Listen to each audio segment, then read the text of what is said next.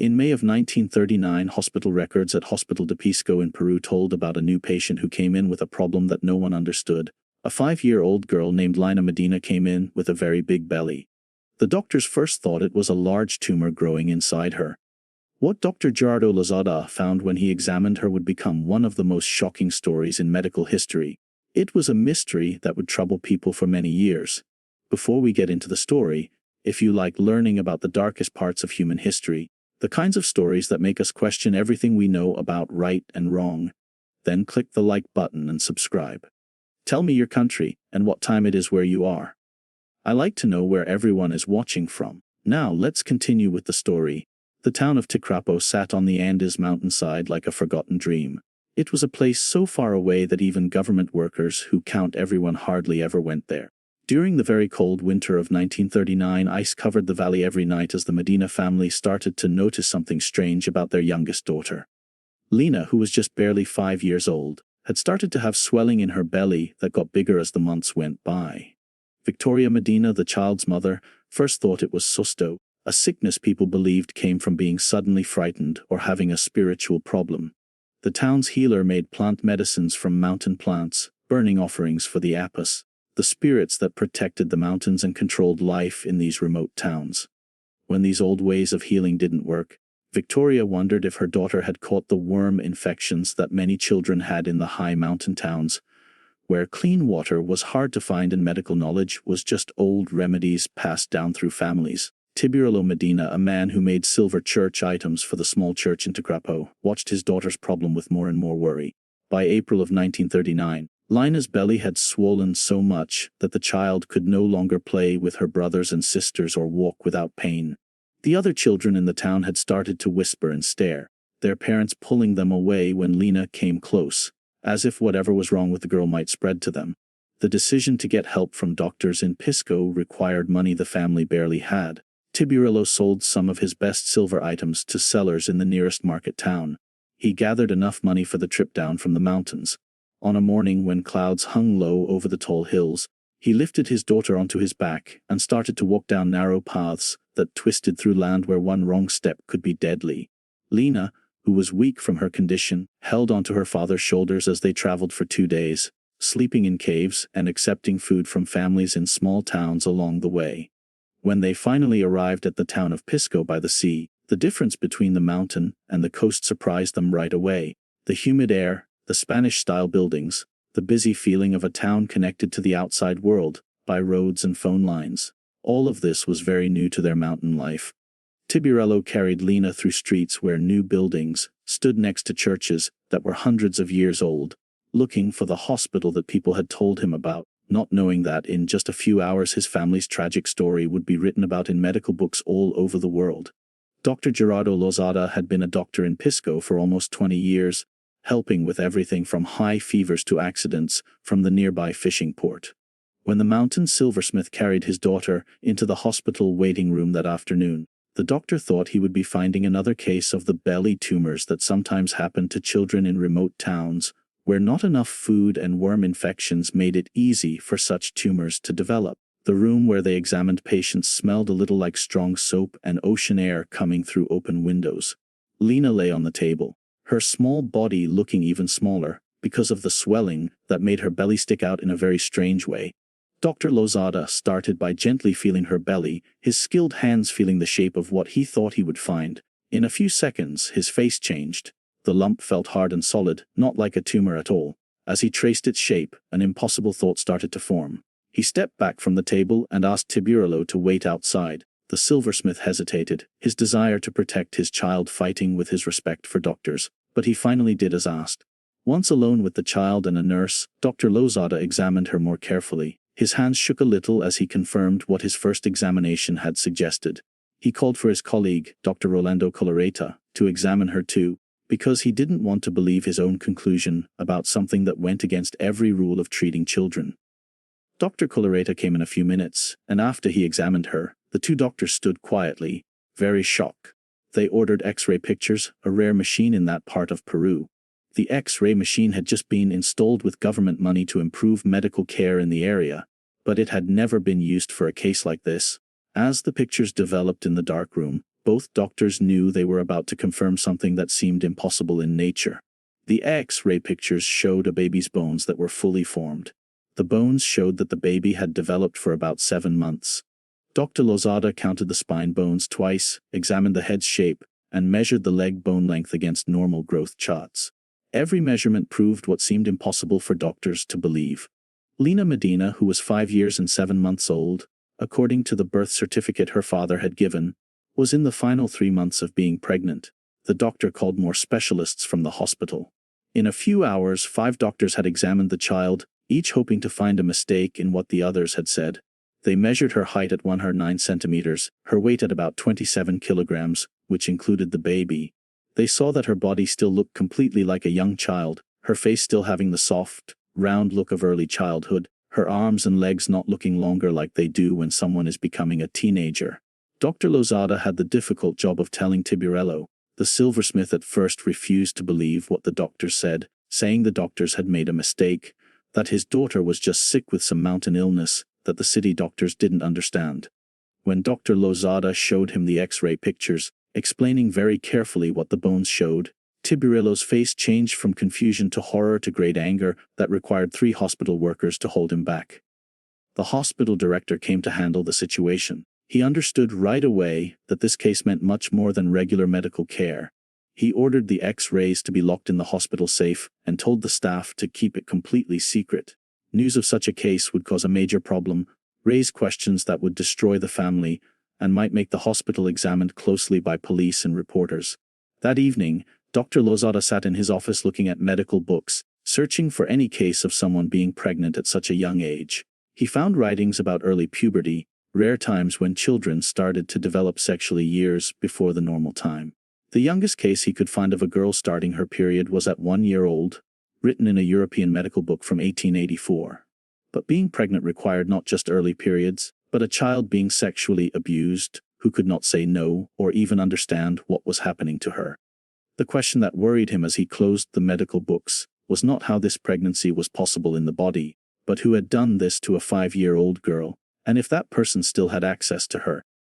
He made a decision that many of his colleagues who were doctors would think was wrong, but his own conscience told him to do. He called the local police station and told them about a child who he believed had been sexually abused. The investigation he started would take up the next few weeks, but its results would not satisfy anyone who wanted justice for what had been done to Lina Medina. 3 specialists came from Lima on the night train, called by messages that only said there was a very unusual case involving a pregnancy that needed immediate consultation. Edmundo Esquimal, the most famous endocrinologist in Peru, led the team that arrived at Hospital de Pisco, with the serious manner of men examining a medical phenomenon that would be famous in their careers. What they found in the small examination room would challenge what they understood about how humans develop in ways no book had prepared them for. The medical examination done over the next 48 hours showed a body caught between 2 impossible states. Dr. Esquimal wrote that Lina had her first period at 8 months old, something so rare that fewer than a dozen cases existed in all the medical books in the world. Her mother Victoria confirmed this sadly, explaining that the family had asked the town healer about the bleeding, thinking it was an injury or a spirit's curse rather than her body maturing. Examining her body showed breast development like a teenage girl. Her bone age, checked by X-rays of her hand and wrist, was about 9 years old even though she was really 5. Blood tests showed levels of male and female hormones like an adult woman. The gland in her brain, for reasons doctors could not properly explain, had started her body changing years before it should have. Dr. Esquimal spent a whole afternoon reviewing similar cases written about in European and American medical books. He found stories of children developing too early as young as 2 years old, cases where tumors on the glands above the kidneys or on the ovaries had produced hormones that forced their bodies to mature too early. But Lina showed no signs of such tumors. Her condition seemed to be idiopathic, just a major malfunction in her body's normal timing. The doctors faced a difficult ethical dilemma. Normal medical protocol required everything to be documented carefully, but taking pictures of a pregnant 5-year-old raised very deep questions about right and wrong. They found a middle ground by taking medical photographs that showed only her abdomen and X-rays of her bones, pictures that would later appear in medical books with careful cropping to hide her face. Dr. Lozada said these records had a purpose beyond just being interesting to science. They documented a crime against a child who couldn't speak for herself. Examining her mind showed she was thinking normally for her age. Lina could count to 20, knew basic colors and shapes, and spoke in simple sentences mixing Spanish and Quechua. When doctors asked about her condition, she touched her swollen belly and said it hurt to walk. When they asked gentle questions about her life in Ticrapo, she said she played with dolls made from corn husks and helped her mother grind corn. She didn't understand anything about being pregnant, having babies, or what was happening inside her body. The psychological evaluation done by a psychiatrist from Lima's Hospital dos de Mayo noted she seemed to dissociate a lot when certain topics came up. Any questions about adults who might have touched her or hurt her made her stare blankly or suddenly change the subject. The psychiatrist wrote that this was typical for severely traumatized young children where the mind protects itself by refusing to think about or remember experiences that are too overwhelming to process. Whether Lina truly could not remember being abused or had buried the memory so deeply that it was impossible to retrieve remained unclear. Dr. Eskimo wrote what he found in the Peruvian medical journal La Prensa Médica, carefully leaving out details that would identify her while explaining how her body worked to make such a pregnancy possible. His article caused controversy right away. Several prominent doctors questioned if the story was real, suggesting the photographs were altered or the diagnosis was incorrect. Others demanded more proof before accepting claims that contradicted what was already known about how human bodies develop sexually. The debate among doctors made people want more proof. The Peruvian Academy of Medicine assembled a special committee to review all the documents. 5 more doctors examined Lina, each confirming she was pregnant and that her body had matured too fast, which made it possible. Their combined report, submitted to government health officials, changed the case from a medical curiosity to an official record, a document that would remain in archives long after those who created it had died. Yet all this medical examination, this very careful documentation of her unusual body, avoided the terrible thing at the heart of the case. Somewhere in Ticrapo or along those mountain paths or maybe inside Lina's own home, an adult had sexually abused a child whose body had betrayed her by maturing just enough to become pregnant. The doctors could explain how the pregnancy happened, but they seemed much less interested in finding out who had caused it. The police station in Pisco assigned Inspector Julio Hurtado the job of investigating the assault, a job that was much harder than any case in his 20-year career. Within days of Dr. Lozada's report, police went to Ticrapo with orders to find the perpetrator and collect evidence to prosecute them. What they found in the mountain town was complete refusal to cooperate, so strong that even direct questioning led to nothing but confused stares and claims of not knowing. Inspector Hurtado arrested Lina Medina on the 5th day of the investigation, because it's sadly common that most sexual abuse of children happens within families. The silversmith spent 3 weeks in jail in Pisco, being questioned in ways that got more and more forceful as the police struggled to get him to stop claiming he didn't do it. He maintained he was completely innocent, saying he knew nothing about how his daughter became pregnant and suggesting that maybe the doctor's diagnosis itself was wrong. The case against him fell apart under close examination. Several villagers gave statements saying that Tiburello had been away from Ticrapo for long periods during the year before, traveling to markets in Huancayo and Ayacucho to sell his silver work. The timing of Lina's pregnancy, calculated backwards from how the baby had developed in the X-rays, suggested conception occurred during one of these times he was away.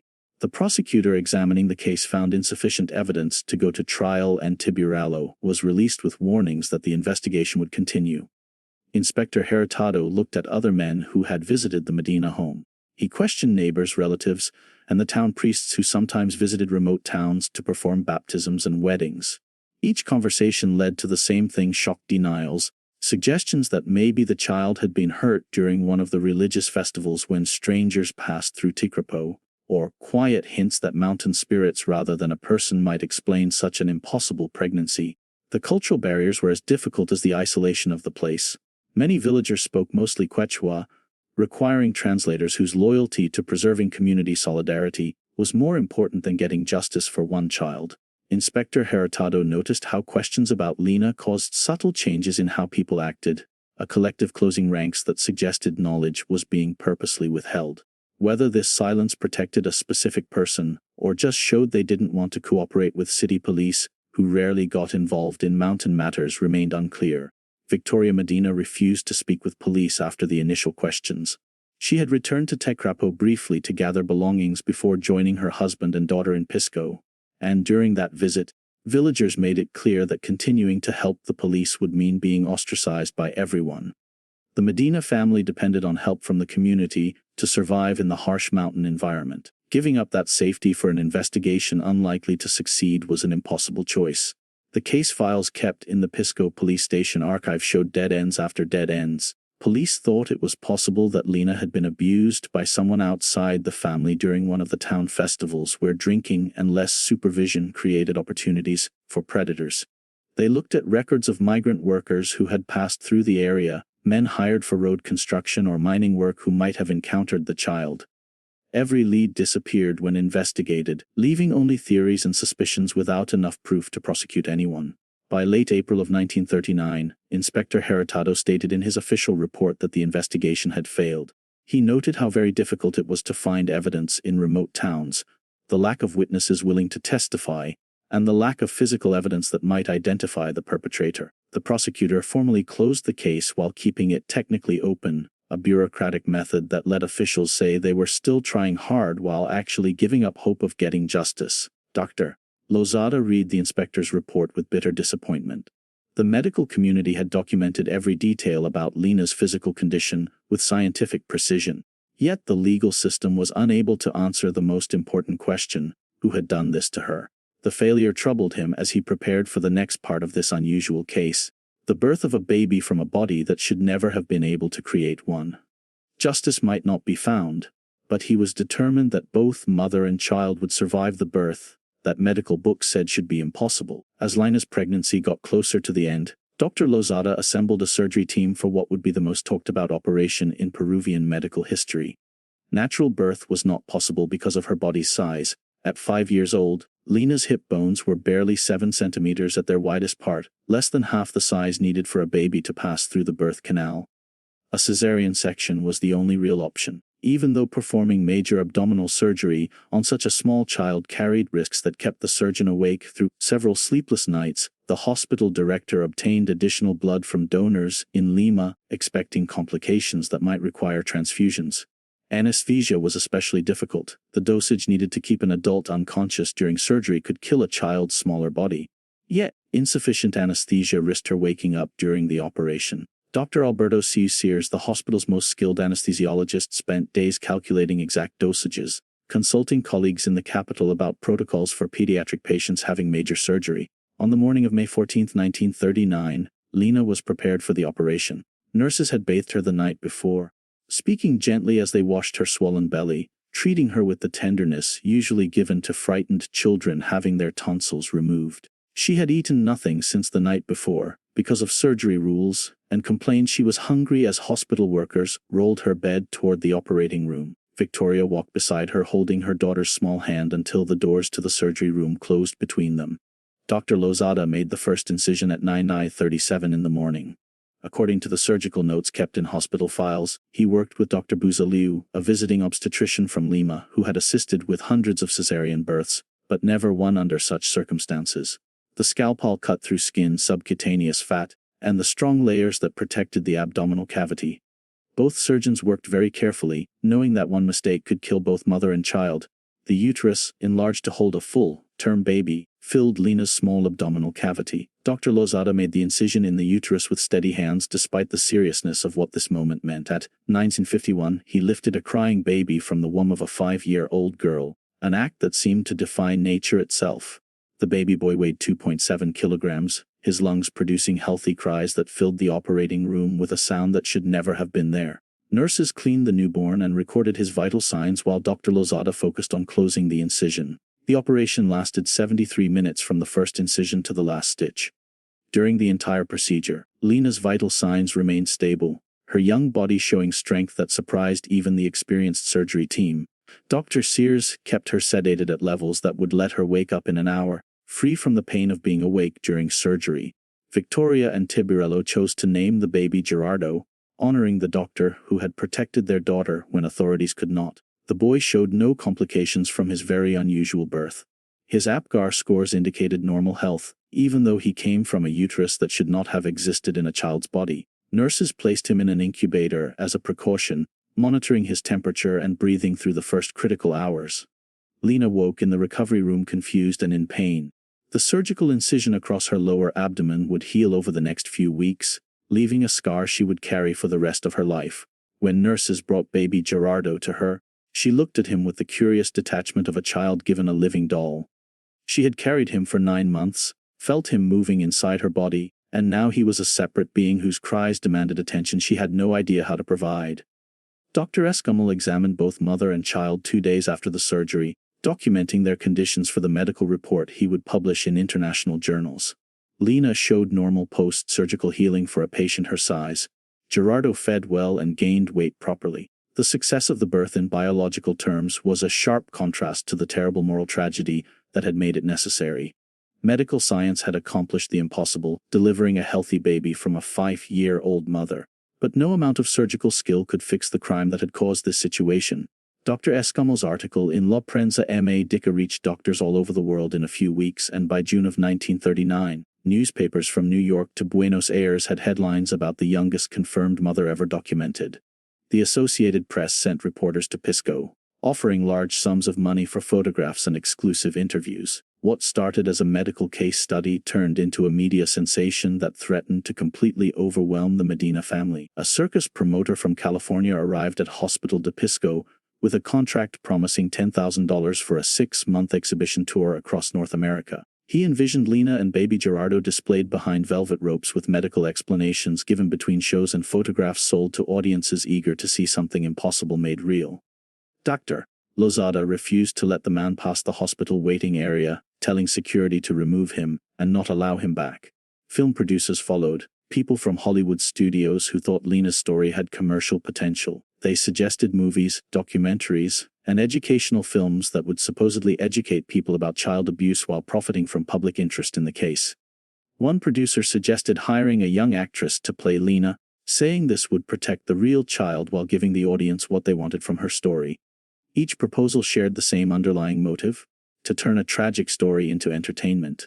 The Medina family, overwhelmed by attention they never wanted and could not escape, withdrew further from public view. Tibrillo refused all interviews. His earlier openness with doctors was replaced by deep suspicion of anyone asking questions. Victoria protected Lina from reporters who waited outside the hospital, some trying to bribe nurses for information or photographs.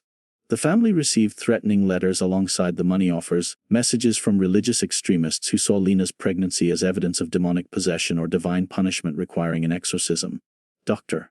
Lozada realized that the family needed protection beyond what hospital security could provide. He contacted government officials in Lima, arguing that Peru had a moral duty to protect this child from exploitation. His efforts reached sympathetic people within the Ministry of Public Health, where leaders understood that allowing Lina to become a circus act would bring international shame upon the country. They approved a small stipend for the Medina family, enough to cover basic living expenses without making them sell their tragic story to the highest bidder. The agreement included conditions. The family would move to Lima, where they might remain anonymous among the capital's larger population. They would refuse all commercial offers and media interviews. In return, the government would help with housing and ensure Gerardo received proper medical checkups as he grew up. For Tibrillo and Victoria, accepting help from a government they had never trusted was a difficult compromise, but the alternative meant subjecting their daughter to a lifetime of public spectacle. Reporters were very persistent despite these protections. They found relatives in Ticrapo, offering money for childhood stories about Lina or speculation about her assault. Some published articles based on fabricated interviews, inventing quotes and details to satisfy editors who wanted fresh content about the shocking case. The line between legitimate medical reporting and tabloid exploitation blurred as newspapers competed for readers drawn to stories of the bizarre and unnatural. In late July, the family left Pisco secretly at night, traveling to Lima in a car provided by government officials. They left behind the hospital that had saved both Lina and Gerardo, but also the city where their privacy had been destroyed. Lozada watched them leave with mixed feelings. He had saved their lives through medical intervention, but could not protect them from a world determined to treat human tragedy as entertainment. His final words to Victoria stressed caution. The financial interest in Lina's story would not disappear quickly, and those wanting to profit from her suffering would keep searching for the family for years to come. The media attention slowly diminished as other stories captured public interest, but the damage to Lina's childhood had already been done. She could never attend school without the risk of being recognized, never play in public parks without strangers staring and whispering. The pregnancy had taken her innocence in the most violent way possible, and the media frenzy that followed had taken whatever remained of her right to a normal childhood. The apartment in Lima's Barrios Altos neighborhood was on the second floor of a crumbling old building, where water stains showed many years of neglect on the plaster walls. 3 rooms housed the Medina family in their new life, far from Ticrapo's isolated mountains, but carrying its secrets like a heavy burden. Victoria hung curtains across the windows facing the street, creating barriers against curious eyes that might recognize the girl whose photograph had appeared in newspapers from Buenos Aires to Mexico City. Lina attended the neighborhood elementary school under a different last name, a precaution arranged through government officials who understood that anonymity was the only protection they could offer. Teachers received instructions to ask no questions about the child's past, to treat her as they would any student whose family had moved from the highlands looking for better opportunities in the capital. She sat in the back row of the classroom, small for her age, even at 7. Her attention drifted toward the window while other children recited multiplication tables. In the apartment's small bedroom, a wooden crib stood against one wall, placed close enough that Lina could reach through the bars to touch her son when he cried at night. Gerardo had turned 1 year old in May of 1940, celebrated with a small cake Victoria baked using limited sugar and flour. The child had his mother's dark eyes, and the robust health Dr. Lozada had confirmed through quarterly examinations, each visit confirming normal development despite the unusual circumstances of his birth. After school, Lina returned to the apartment, where Victoria had prepared simple meals of rice and beans, sometimes with fish bought from street vendors, who carried their catches through the neighborhood in wooden carts. The girl changed from her school uniform into worn cotton dresses, then sat on the floor beside Gerardo's playpen, dressing corn husk dolls while he grabbed at wooden blocks. 2 children in the same space with only biology distinguishing mother from sister. When neighbors asked about the baby, Victoria explained he was her youngest child. Lina maintained this story easily, understanding that the truth threatened their fragile stability. She called Gerardo her brother in conversations with schoolmates, described helping her mother care for the baby with the casual tone of an older sibling. Edmundo Esquimal conducted follow-up examinations every 6 months, traveling from his office in Lima's medical district to the small clinic where the Medina family received care. His records kept in medical archives showed Lina's body healing from the cesarean section. The surgical scar had healed cleanly, leaving only a thin line across her lower abdomen. Her height and weight followed normal growth curves for girls her age, her body returning to the developmental trajectory it should never have left. The psychological evaluations showed different patterns. Dr. Alejandro Gerardo, assigned by the Ministry of Public Health to monitor Lina's psychological adjustment, noted her responses to questions about the pregnancy had the flat quality of profound emotional dissociation. When he asked about her time in Pisco, about the hospital or the surgery, she described the experience as if recounting things that had happened to someone else entirely. Her words came slowly, carefully chosen, describing events and images without emotional connection to what they meant. During one session documented in Dr. Gerardo's case files, he showed Lina simple drawings designed to elicit responses about family relationships and emotional connections. She drew stick figures representing her parents and siblings, placing them in neat rows across the page. When asked to include herself, she added a figure standing apart from the others, smaller and placed at the paper's edge. When asked about Gerardo, she drew him beside Victoria, not beside her own figure, reflecting the family narrative but also revealing her emotional distance from motherhood she could not comprehend. Tiburlo found work as a silversmith in one of Lima's traditional workshops, his skilled hands creating religious items for Catholic churches across the city. The income barely covered rent and food, supplemented by the government stipend that arrived monthly in plain envelopes. He left early each morning and returned after dark, his silence about their situation complete. The investigation in Pisco had ended without resolution, leaving suspicion but no answers, and he carried that failure as visibly as the calluses on his fingers from metalwork. Through those years, Gerardo grew up with the normal health of any city child. He spoke his first words at 13 months, took his first steps at 15. Lina watched these milestones with the distant interest of a child observing a younger sibling's progress, noting but not celebrating, present but fundamentally detached from a mother's emotions. She fed him when Victoria asked, changed his clothes when told, performed the simple tasks of childcare without the emotional investment that should have accompanied them. The family lived in careful balance, each member maintaining their assigned role in the fabricated story that protected them from a world still interested in their tragic story. Lina's childhood continued alongside Gerardo's infancy, two developmental trajectories happening simultaneously in the small apartment, where secrets felt heavier than poverty, and silence offered the only defense against questions no one could safely answer. The fight in the schoolyard happened during lunch break on a Tuesday in March of 1949.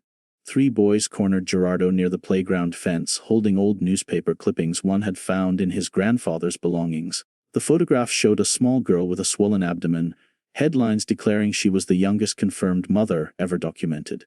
They demanded explanations, their accusations having the cruel precision of children using adult secrets as weapons. Gerardo ran away without waiting for school to end, running through Lima's streets until his lungs burned. He burst through the apartment door where Victoria sat mending clothes, tears streaming down his face, crumpled newspaper pages clutched tight in his hand. The moment she had feared for 10 years had arrived. Victoria called for Lina, who emerged from studying for her high school exams. At 16, she had grown into a quiet young woman whose reserved manner kept others at a distance.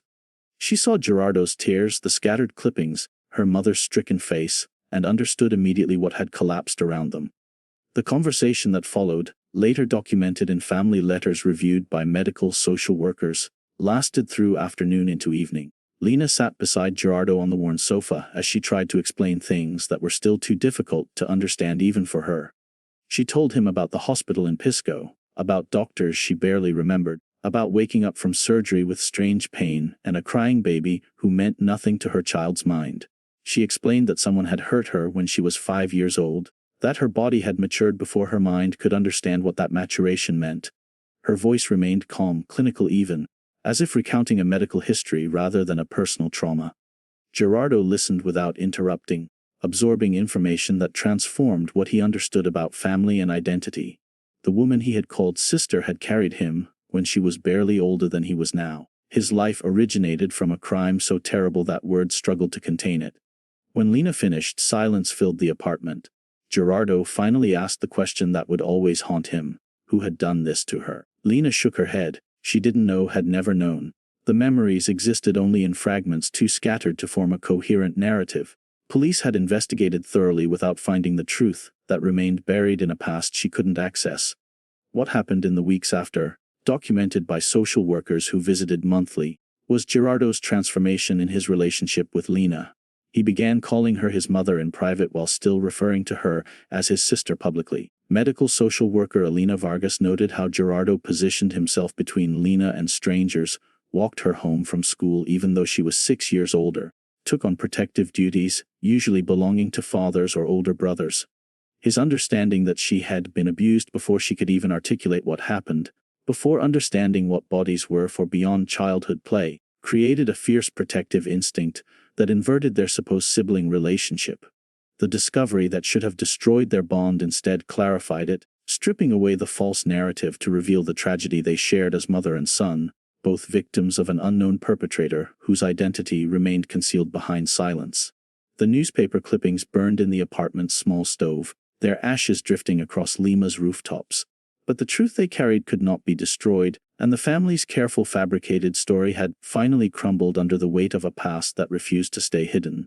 The bone marrow disease appeared gradually through 1978, starting with fatigue that Gerardo attributed to long hours repairing engines in the auto shop where he had worked for 15 years. By autumn, bruises appeared on his arms and legs without him getting injured, dark purple marks that spread like stains across his skin. His wife noticed the exhaustion first, how he returned home each evening moving as though weighed down by invisible burdens, falling asleep before dinner finished cooking. In January of '79, doctors at Lima's Hospital dos de Mayo confirmed what initial blood tests had suggested. The bone marrow had stopped producing healthy cells at the rate needed to sustain him, a failure of the body's most fundamental repair processes. Treatment options existed but offered little hope given how far the disease had progressed. Case files noted no clear connection between his condition and the circumstances of his birth, simply the cruel randomness of cells malfunctioning that could happen to anyone regardless of where they came from. Gerardo died on a morning when fog covered Lima streets, the humid air settling over the city like tangible grief. Lina stood beside his hospital bed at 46 years old, her hand resting on his as the machines recorded the final cessation of vital functions. Raul Gerardo, her husband of 7 years, stood behind her with one hand on her shoulder, offering the only comfort possible in a moment that could not be comforted. The loss wounded Lina in ways that transcended normal maternal grief. She had carried this man inside her body when she herself was barely more than a baby, had raised him as a sibling while biology insisted on different terminology, had watched him transform from victim to protector as truth replaced fabricated narrative. His death represented not just the loss of a son, but the severing of the only bond that connected her to that unimaginable time when her childhood and motherhood had impossibly collided. Raul had known Lina's full history when they married in '72. He managed his family's printing business in a Lima suburb, offering employment to a woman whose past made normal social life almost impossible. Their courtship happened slowly, built on his patient acceptance of silence around topics that remained too painful to discuss. He asked no questions about 1939, about Pisco or investigations or newspaper photographs, understanding that her survival depended on leaving certain doors permanently closed. Their son arrived later in '72 through pregnancy and birth that proceeded with normal ease. Doctors documented every stage with careful attention, noting that Lina's reproductive organs had developed normally despite the precocious puberty that had destroyed her childhood. Her body, given time to mature naturally, functioned according to expected patterns rather than the terrible acceleration that had allowed her abuse to result in pregnancy. Lina worked in the printing shop operating machines that transferred ink onto paper, producing wedding invitations and business cards for customers who never recognized the woman handling their orders. She preferred the precision of the work, tasks that required attention without emotional involvement, producing tangible results that began and ended within predictable timeframes. Anonymity was the only peace she had ever known. Researchers and reporters sometimes found her through government records and medical archives, appearing at the shop or her home, with requests for interviews about the case that had made her internationally famous for the wrong reasons. Each inquiry received the same response: polite but absolute refusal. She had nothing to say about things she could not fully remember, about trauma that existed in fragments too scattered to form a coherent narrative. Her silence protected her second son from the scrutiny that had defined Gerardo's life, preserving the fragile normalcy she had built. Through the decades that followed Gerardo's death, the inquiries never completely stopped. Reporters appeared periodically, each generation rediscovering the case through medical archives or sensationalized stories about bizarre medical conditions. They arrived at the printing shop with recording devices and contracts, promising money for exclusive interviews, offering amounts that would have transformed Lina's modest life. She refused them all with the same quiet firmness that had characterized her response to unwanted attention since childhood. In the 1990s, when Lina was in her 60s, a team of psychologists from the United States requested permission to conduct interviews aimed at recovering lost memories through therapeutic intervention. They proposed hypnosis, carefully structured questioning protocols, methods they claimed could unlock information buried in her mind since 1938.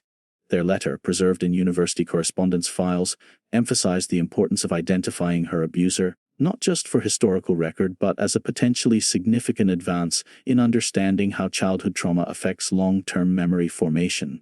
Lina's response, delivered through her lawyer, was 2 sentences: she had no memories to recover, and no interest in attempts to create them through psychological intervention.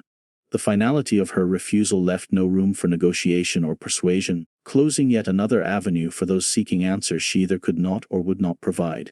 The case file in Pisco, eventually digitized and maintained by Peru's Ministry of Justice, remained officially unsolved. Inspector Heritado's reports from 1939 documented the investigation's failure with bureaucratic precision, noting witness statements that led nowhere, evidence that never materialized, suspects released for lack of proof. The statute of limitations had expired decades earlier, and no one seriously considered reopening the investigation, rendering the question of whether sufficient evidence could ever have supported prosecution merely academic. Legal scholars and medical ethicists incorporated Lina's case into university curricula, using it to illustrate systematic failures in protecting vulnerable children. Conference presentations and journal articles examined how geographic isolation, cultural barriers, and inadequate police resources had combined to ensure that whoever abused a 5-year-old girl in a mountain town faced no consequences. Her case became shorthand for the thousands of children whose abuse occurs beyond the reach of social services and legal oversight,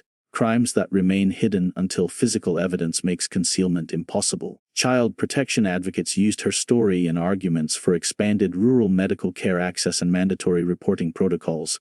They pointed to the months Lina's pregnancy progressed without intervention, to the family's initial reliance on traditional healers rather than doctors, to the investigation hampered by community silence and rudimentary forensic capabilities. Her suffering became data supporting policy changes she would never personally benefit from, her trauma transformed into a cautionary tale for future generations. As Lina entered her 90s in the 21st century, living quietly in a Lima neighborhood where few residents knew her history, the fundamental question remained unanswered. Who had abused this child before she had vocabulary to describe abuse? Before she understood that bodies contained the capacity to create life, before she could comprehend that adults might harm rather than protect? Theories proliferated over decades. Some investigators believed her father, Tiburello, was responsible despite his alibis, arguing that family members often escaped suspicion through community protection. Others suggested migrant workers or visitors to Ticrapo during festival periods, unknown predators who disappeared before facing consequences for what they did. A few proposed that her precocious puberty might have precipitated the assault by someone who mistook her physical development for maturity, though this theory offered explanation rather than exoneration. Lina's silence preserved multiple possibilities. Perhaps she truly could not remember the abuse occurring before her mind developed mechanisms to process such experiences into retrievable memories. Perhaps she remembered but chose protection over disclosure, shielding a family member or community member whose identification would destroy relationships she valued more than justice. Perhaps the truth existed somewhere between memory and forgetting in fragments too painful to assemble into coherent narrative even after 8 decades. The medical records endured where memory failed. X-rays showing fetal development in a 5-year-old's body, surgical notes describing the cesarean birth that defied natural possibility, hormone tests documenting puberty that should never have occurred. These artifacts testified to biological reality while remaining silent about human agency, confirming that pregnancy happened without identifying who caused it. In her final years, Lina maintained the quietness that had protected her since Pisco. She attended family gatherings, celebrated her second son's accomplishments, lived the ordinary life she had fought for across 9 decades. When asked about 1939, her expression closed like a door, polite but absolute in its refusal to open. The world could study her medical history, debate her case in academic forums, transform her into symbol and statistic. But the one truth that mattered most remained hers alone to keep hidden. Justice for Lina Medina existed only as an absence, as a question mark preserved in unsolved case files and unanswered questions. Her silence protected either a memory or a person, shielding truths that no 5-year-old should ever have had to carry. The case that had made her the youngest confirmed mother in medical history would close without resolution, carrying its central secret into whatever darkness receives the truths we cannot bear to speak. If you found this story as disturbing as I did, please like and subscribe for more investigations into history's most unsettling mysteries. Leave a comment sharing your thoughts on Lina's story and whether you believe her silence was to protect someone or simply the result of trauma too deep to remember. Your engagement helps ensure these forgotten stories continue to reach people who need to hear them.